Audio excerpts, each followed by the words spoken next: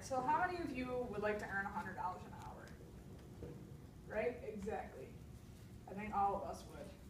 So anyways, that's a little extreme, but we all would like to receive a certain rate of pay for a job that we do.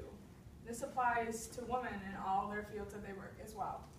Yet some of them never get to achieve such things, even if it means just making the same as her male counterpart. My field is fashion merchandising. It's predominantly female, yet I did some research, and Michael Kors makes $1 billion a year, while Donatella Versace is only making $200 million a year, and they're both heads of very popular fashion houses. So, and I would say Versace is even a better house than Michael Kors is. So that's just discrimination in the fashion industry, even though that men are predominantly not in the field anyways.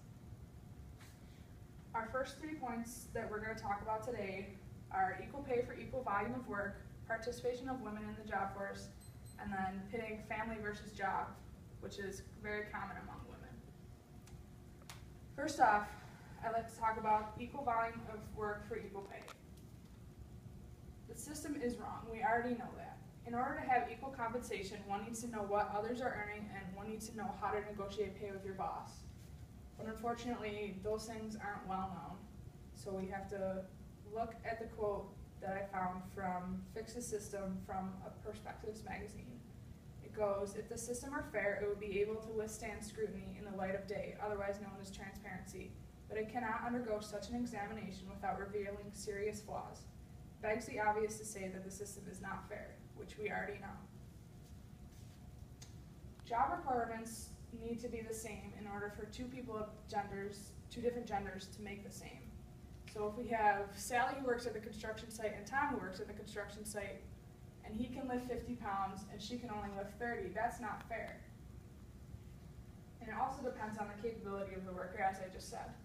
If she can only lift 30 pounds and he can lift 50 pounds even more, that's not fair as well. But if he's making more just because he's a man, that's even less fair. Job reviews are important, given by bosses, because it encourages the worker to work harder and possibly make more. That's from Forbes.com. If you encourage them, give them a pat on the back every once in a while, they'll think they're doing a good job. Doesn't matter their gender. But our next main point we're going to talk about is women's participation in the labor force. 56% of labor force by 22 is going to be women. So out of 100, 56%. Men will only be 44%.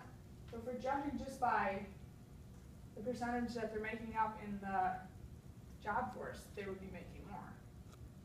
That's from the Department of Labor, but yet they're making less than men as it is. So in 2013, 127 million women of working age, 99.5 of them are white, 16.6 million of them are African American, and 7.1 million of them are Asian, as well as 18.7 million of them are Hispanic or Latino. So if you're a minority and you're a woman, you're making even less than a white woman who is making even less than a man. I have some statistics from the racial wage gap in the United States from Wikipedia. Asians make 100% of what whites make. African Americans make 65% of what whites make. Hispanic workers make 61% of what whites make, and that's based on average weekly wages. So women of minority make less than this. Women can earn more than men. That is a possibility. There are some jobs that list that, like bartenders, construction supervisors, teachers, bakers. And according to Jenna Goudreau on Forbes.com, women fare better in terms of salary and promotions in male-dominated fields, but what if they have children? And that brings me to my next point. Women are often forced to choose between work and family, and in the Wikipedia article entitled "Maternity Leave in the United States," women who are having children only get 12 weeks unpaid leave, and that's required. But you have to have worked there for 12 months already, and the company that you work at has to have at least 50 employees. Some states are different, but that's the norm. Men versus women. If a woman has a child and she has to go on unpaid leave, he's already making more. According to the Department of Labor, 69.9% of working women have children under 18, and 57.3% have infant children. So they oftentimes have to put their children before their jobs, especially if they're like a single parent. They have to take them to doctor's appointments, school visits, sickness, take care of them when they're sick, etc. So more single parents are women, and they have to take off or leave work early to do such things like take them to school, take care of them when they're sick. So they're not making money if they're doing this. In conclusion, gender wage determination is unfair and needs to be changed. Stop.